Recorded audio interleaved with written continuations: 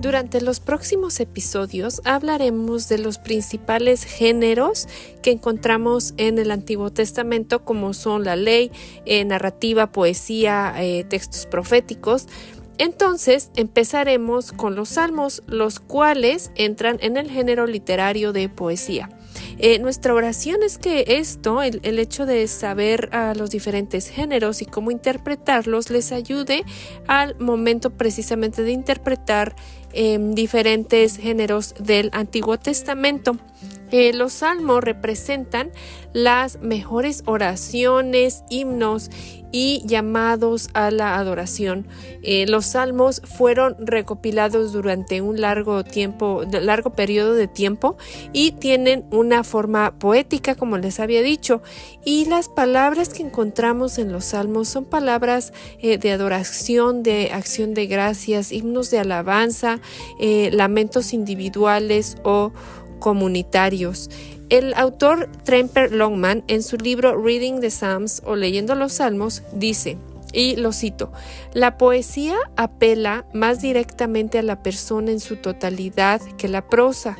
La poesía estimula nuestra imaginación, despierta nuestras emociones, alimenta nuestro intelecto y dirige nuestras voluntades. La poesía es placentera, sin embargo, la poesía es difícil de interpretar. Cierre de comillas.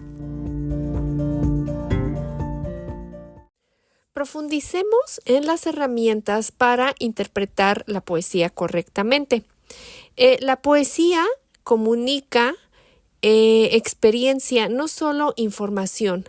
Michael Travers en Encountering God in the Psalms dice: la poesía involucra al sujeto, al lector.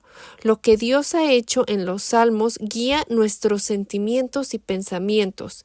Si leemos poesía descuidadamente o demasiado rápido, perderemos la mayor parte del significado. Cierre de comillas. El lenguaje de la poesía es un lenguaje concentrado y realzado.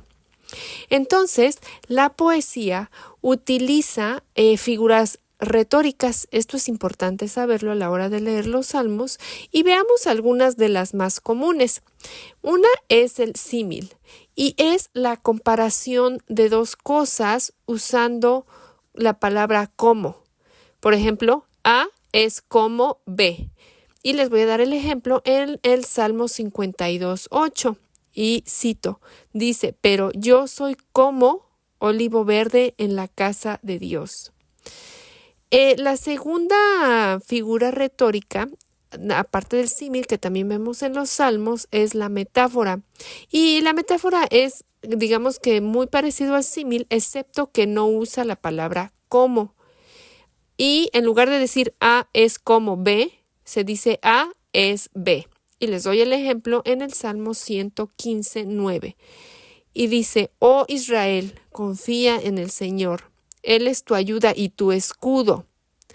Cierre de comillas. Entonces, él no dice es como tu escudo, él dice es tu escudo. Entonces sabemos que está usando aquí una metáfora. Y esto nos ayuda a entender que, esto involucra nuestra imaginación y emociones, y que nos da a entender cómo Dios protege a su pueblo. Él es un escudo para su gente. Ahora ya vimos el símil, la metáfora. Ahora veamos la personificación y un ejemplo.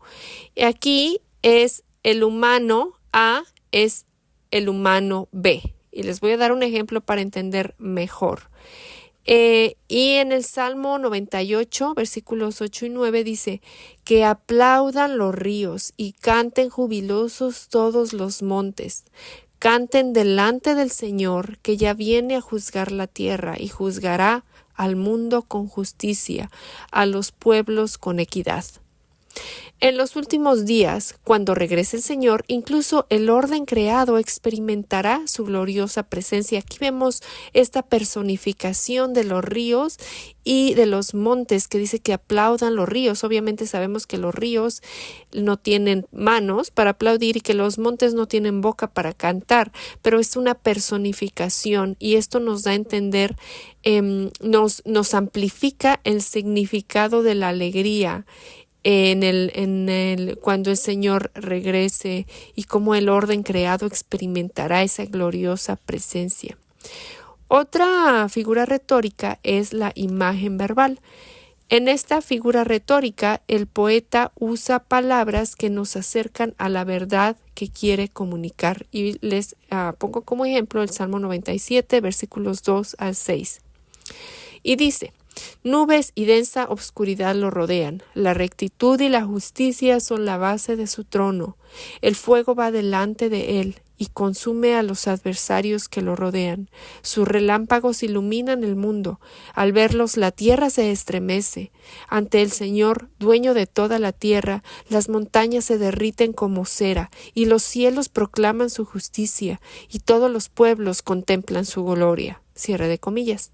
En este poema podemos ver nubes y relámpagos, vemos montañas derritiéndose, y esta nos apunta a la gloria, al poder, a la majestad de Dios en forma pictórica. Estas palabras mueven la teología de lo cerebral, de estar en el cerebro a una experiencia, nos permite experimentarlo.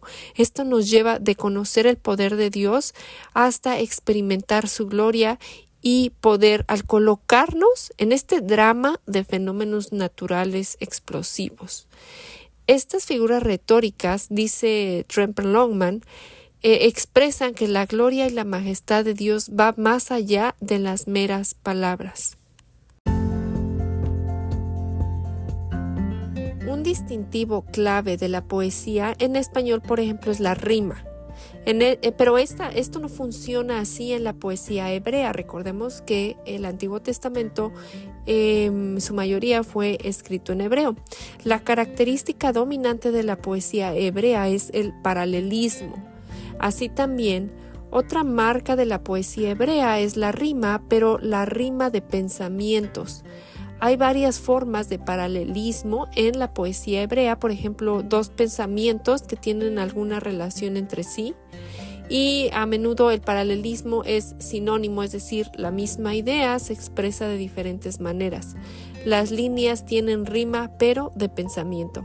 A veces el paralelismo es antitético, es decir, que se contrastan dos pensamientos opuestos, y otras veces los dos pensamientos paralelos tienen una relación de causa y efecto.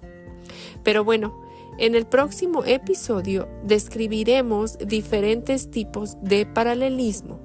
Oramos que al saber esto les ayude a interpretar de manera que honre al Señor, nos ayude a interpretar las Escrituras de manera que honre al Señor, y obviamente nos lleve a conocerlo mejor y por lo tanto adorarlo con todo nuestro corazón, mente y fuerza. Que el Señor las bendiga y hasta el próximo episodio.